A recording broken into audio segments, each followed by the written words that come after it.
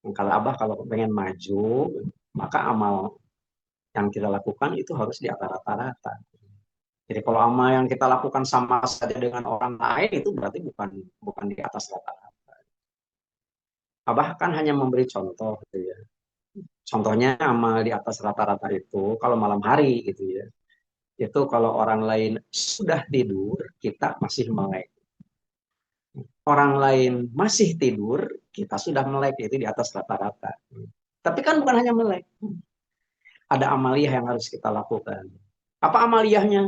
Al-Quran yang ngurusnya, yang ngaturnya, yang dijadikan pedoman oleh kita.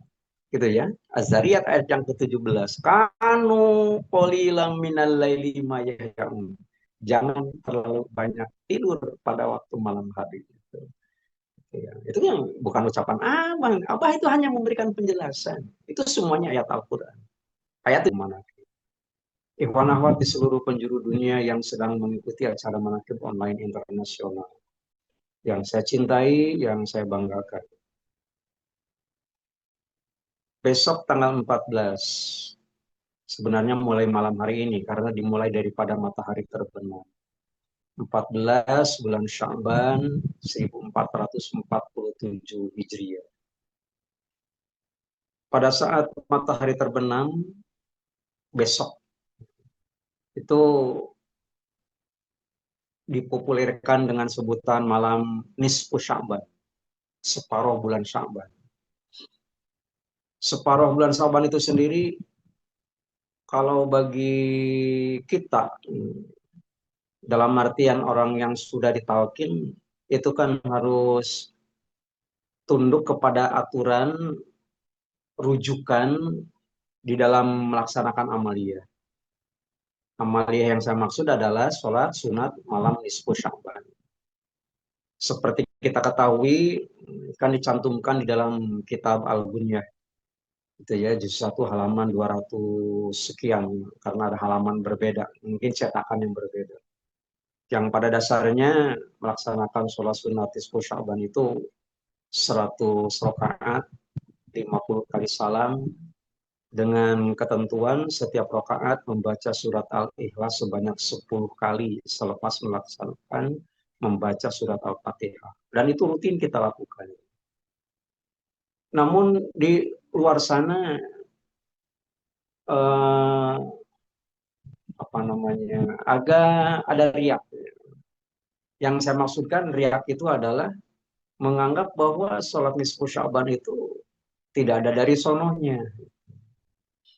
Ini kan dengan sangat enteng ya. Kalau orang mengatakan sesuatu tidak ada dari sononya, sebenarnya yang mengucapkan itu juga tidak membaca apapun.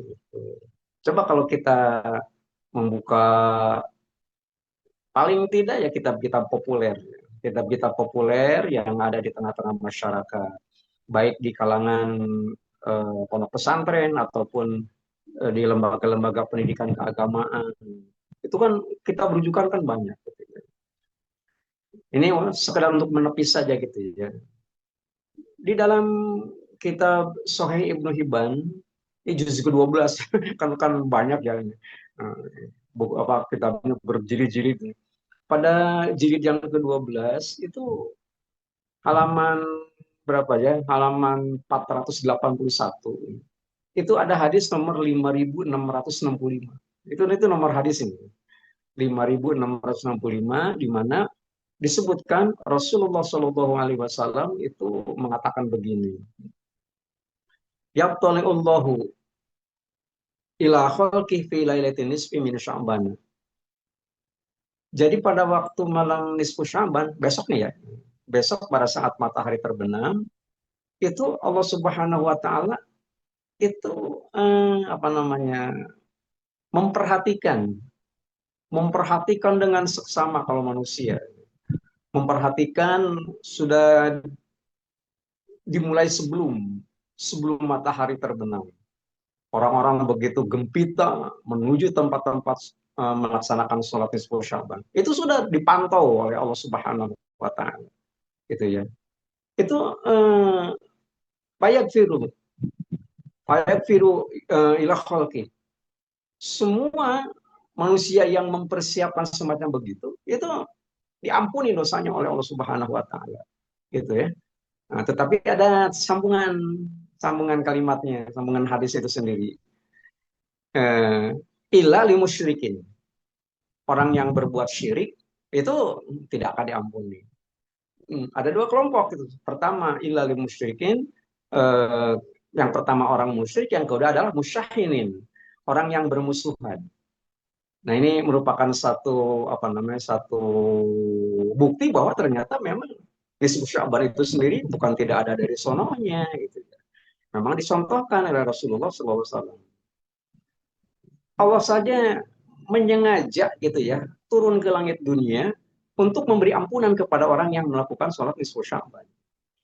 Jadi betapa ya tinggi nilainya daripada sholat nisfu Sya'ban itu. Itu yang pertama. Dan hadis senada gitu ya, kadang-kadang redaksi berbeda sedikit itu.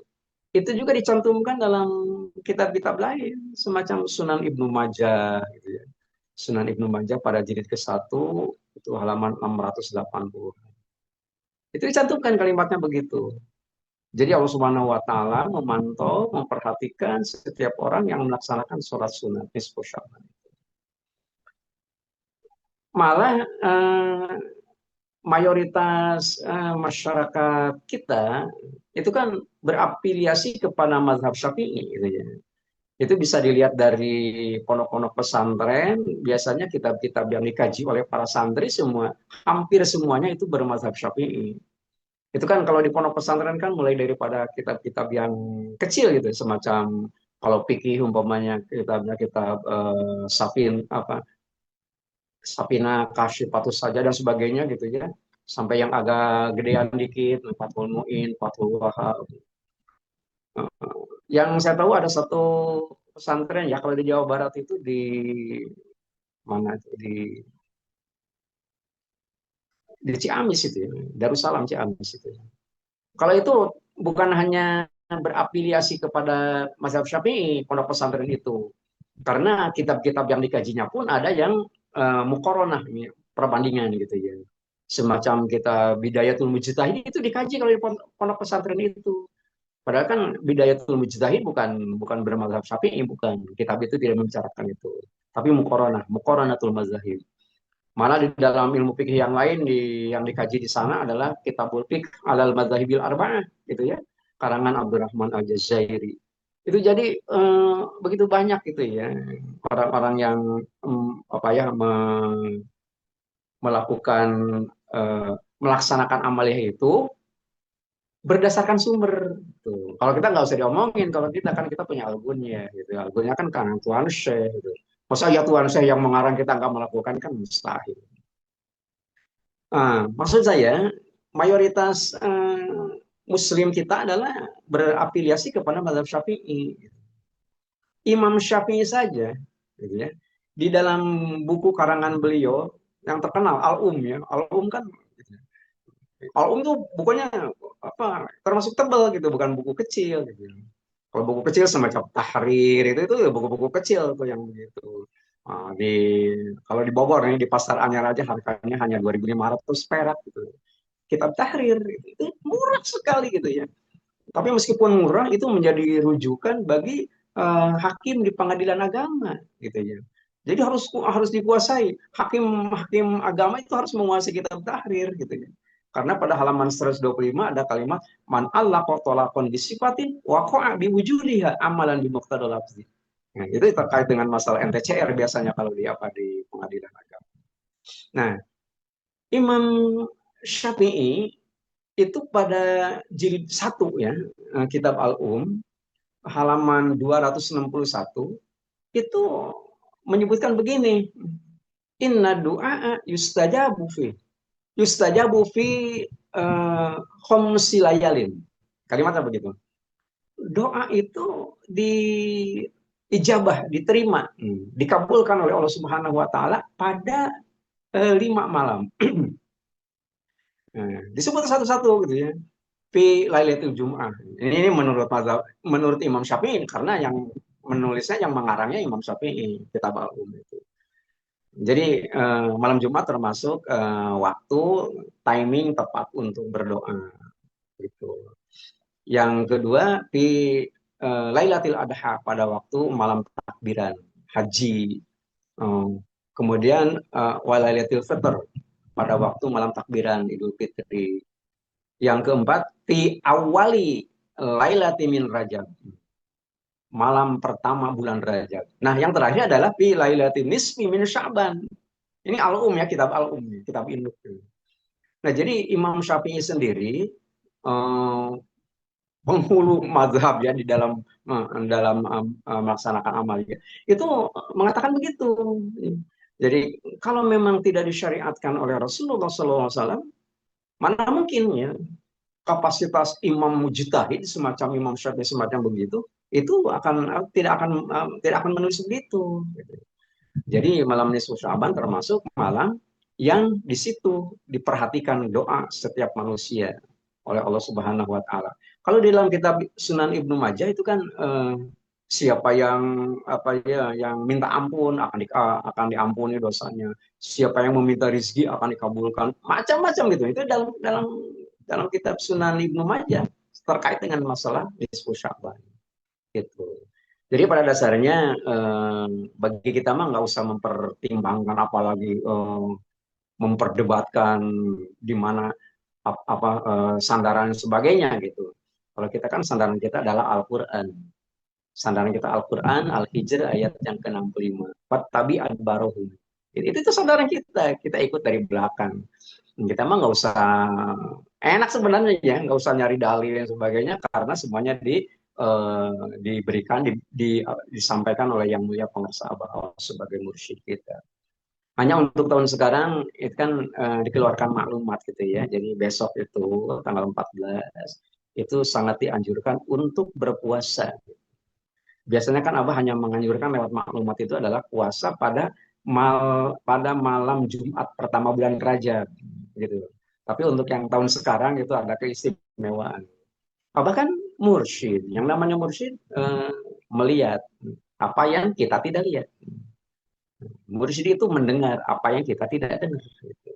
Mursyid itu adalah tahu apa yang kita tidak tahu. Abah tahu apa yang bakal terjadi dan sebagainya. Nah, itu perlu di counter itu dengan melaksanakan saum. Satu hari saja besok itu ya pada waktu tanggal 14. Di mana pada waktu terbenam matahari akan melaksanakan sholat sunnah tismu Syaban itu diawali dengan buka puasa bersama. Dan Masya Allah gitu ya gempitanya masyarakat dalam hal ini ikhwan akhwat PKN itu sudah mempersiapkan diri gitu ya, malah sudah menawarkan tempat-tempat untuk melaksanakan sholat nisfu Sya'ban gitu ya. Hmm. Silakan saja bagi yang mau berdekatan dengan sini, ini ada tempatnya gitu. Dan ini sudah merupakan satu apa namanya amaliyah yang bisa dibanggakan oleh kita gitu ya, karena kalau dulu barangkali orang itu sendiri untuk berpikir sholat sunat 100 rakaat itu barangkali mempertimbangkan hal-hal lain. Tapi setelah kita coba ya, maaf ya termasuk anak saya yang kecil aja gitu ya, itu saban tahun ikutan gitu ya melaksanakan sholat. Kita nggak tahu ya secara secara pribadi gitu ya. Anak sekecil itu umpamanya masa iya sih harus melakukan amal yang semacam itu, belum waktunya. Tapi mereka dia itu sendiri tidak mau, pengen ikut. Lagian kan di kita kan nggak ada yang lewat pukul 9 ya, melaksanakan sholat nisfu Syaban yang 100 rakaat. Rata-rata setengah 9 udah bubar. Dari mana kita tahu? Biasanya suka ada yang update, Alhamdulillah sudah selesai. Oh berarti dia sudah selesai sholat sunat nisfu Syaban semacam itu. Nah, Iwan Ahmad rahimahumullah. Jadi paling tidak kita mengefektifkan waktu. Karena dengan datangnya nisfu Sya'ban itu paling tidak ada waktu 2 minggu lagi pada saat kita akan memasuki bulan Ramadan. Kalau senandung doa yang merupakan bagian daripada sabda Rasul, Allahumma barik lana fi Rajab wa Sya'ban wa balikna Ramadan, itu sangat-sangat mudah untuk dimengerti, dipahami. Nah, kalau Abah menerjemahkan simpel kan gitu ya. Ya Allah berkahi kami di bulan Rajab, berkahi kami di bulan Sya'ban, dan sampaikan kami di bulan Ramadan. Itu kan yang dicari, yang kita minta adalah keberkahan Rajab, keberkahan Sya'ban. Yang namanya keberkahan Rajab, yang namanya keberkahan Sya'ban itu yang bagaimana gitu. Gitu ya. Tapi ternyata kan yang dikatakan sebagai keberkahan Rajab adalah orang yang melaksanakan sholat sunat Rajab. Gitu kan. Ini kan di atas rata-rata ya, di atas rata-rata. Dalam artian di luar bulan Rajab, Sya'ban dan Ramadan itu kan amaliyah kita terutama pada waktu malam hari itu rutin dalam artian jumlahnya tetap gitu ya. Jumlahnya tetap semacam paket maghrib ya, semacam ba'diyah, kemudian awabin sebagainya itu kan hanya 12 rakaat. Kemudian ada lagi tengah malam mulai daripada sholat sunat apa namanya syukril wudhu kalau di masjid tahiyatul masjid ada lagi sholat sunat dan lain-lain pokoknya itu sudah berbaku hanya pada waktu bulan Rajab itu ditambah 42 gitu ya dibagi 4 termen kalau bulan Sya'ban itu 100 rakaat tapi satu kali termen gitu ya nah, kemudian apa bulan Rajab dan bulan Sya'ban yang dikatakan sebagai keberkahannya itu keberkahannya. Keberkahan Rajab adalah sholat sunat Rajab, keberkahan Sya'ban adalah orang yang melakukan sholat sunat Sya'ban. Ini mumpung masih ada waktu ya 1 hari gitu.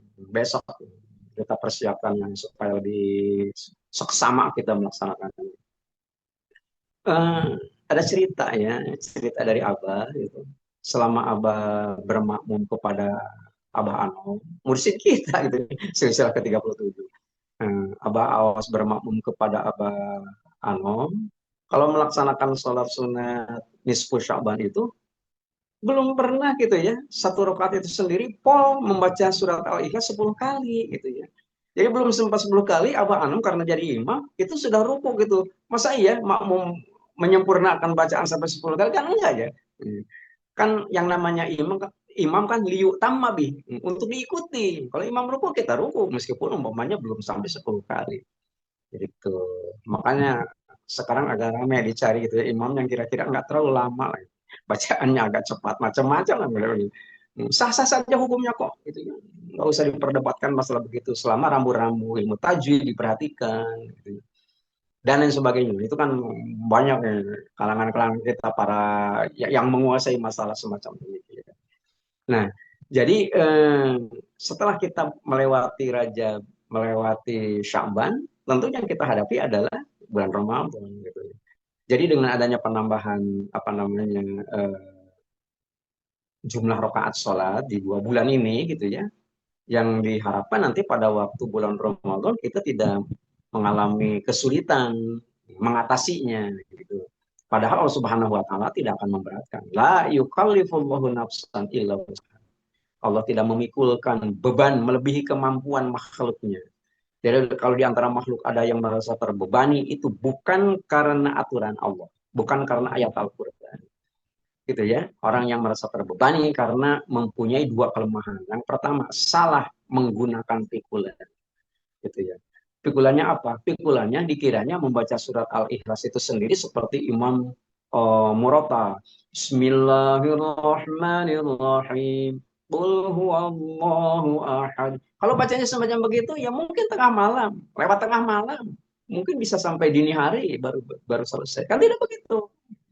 Nah, itu salah menggunakan pikulan. Yang kedua, salah cara memikul, gitu ya. Salah cara memikul dalam artian metode-metodenya itu harus dipelajari, gitu ya. Saya rasa itu ya intinya gitu ya. Nah, kemudian pada waktu kita memanfaatkan waktu 2 minggu ini ya, 2 minggu menjelang Ramadan supaya nanti pada waktu Ramadan lebih efektif lagi gitu ya. Itu kan apa namanya di dalam Al-Quran Abah suka membuat satu ilustrasi. Ilustrasi kalimatnya Abah itu ya kalau bisa beliau itu sangat-sangat sederhana. Sangat-sangat mudah untuk dipahami oleh siapapun yang mendengar. Kalau Abah kalau pengen maju, maka amal yang kita lakukan itu harus di atas rata-rata. Jadi kalau amal yang kita lakukan sama saja dengan orang lain itu berarti bukan bukan di atas rata-rata. Abah kan hanya memberi contoh gitu ya. Contohnya amal di atas rata-rata itu kalau malam hari gitu ya. Itu kalau orang lain sudah tidur, kita masih melek. Orang lain masih tidur, kita sudah melek, itu di atas rata-rata. Tapi kan bukan hanya melek, ada amaliyah yang harus kita lakukan. Apa amaliyahnya? Al-Quran yang ngurusnya, yang ngaturnya, yang dijadikan pedoman oleh kita. Gitu ya. Az-Zariyat ayat yang ke-17. Kanu qalilan minal laili ma yahjaun. Jangan terlalu banyak tidur pada waktu malam hari. Gitu. Ya, itu yang bukan ucapan abang. Abah itu hanya memberikan penjelasan. Itu semuanya ayat Al-Quran. Ayat 17 surat Az-Zariyat. Kanu qalilan minal laili ma yahjaun. Itu. Yang kedua, ayat ke-18-nya. Wabil ashari hum yastaghfir. Dan pada waktu sahur, perbanyak membaca istighfar. Makanya populer ya, pada waktu bulan Ramadan, hampir apa namanya masjid-masjid itu menyelenggarakan kajian kuliah subuh Ramadan. Ya. Dan satu dari sekian banyak materi yang dibahas adalah tasaharu fa inna fis sahuri barokah. Bersahurlah karena pada sahur itu sendiri ada nilai barokah.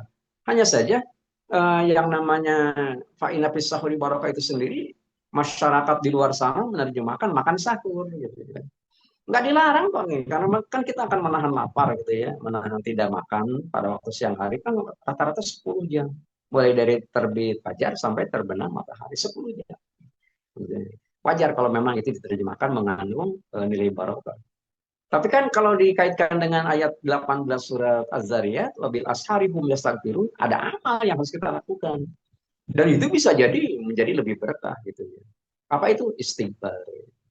Oleh karena itu eh, kalau bisa mengefektifkan dalam jangka waktu 2 minggu ke depan, itu bulan Ramadan itu akan lebih indah gitu ya. Mungkin itu saja yang sempat kita bincangkan pada malam hari ini. Meskipun tidak terlampau sistematis, mudah-mudahan bermanfaat bagi kita. Paling tidak kita bisa tahu apa yang harus kita lakukan dan apa yang harus tidak kita lakukan agar hari ini bisa lebih baik daripada kemarin. Mengamini doa paten pengersabah. Allah berkahi semuanya. Allah berkahi segalanya. Allah berkahi selamanya. Dengan karomah guru agung yang mulia pengersabah. Radhiyallahu anhu. Al-Fatihah. A'udzu billahi minasyaitonir rajim. Bismillahirrahmanirrahim. Alhamdulillahirabbil alamin arrahmanir rahim maliki yaumiddin. Iyyaka na'budu wa iyyaka nasta'in ihdinas siratal mustaqim. Shiratal ladzina an'amta 'alaihim ghairil maghdubi 'alaihim waladdallin. Amin. Sekian kurang lebihnya mohon maaf. Wassalamualaikum warahmatullahi wabarakatuh.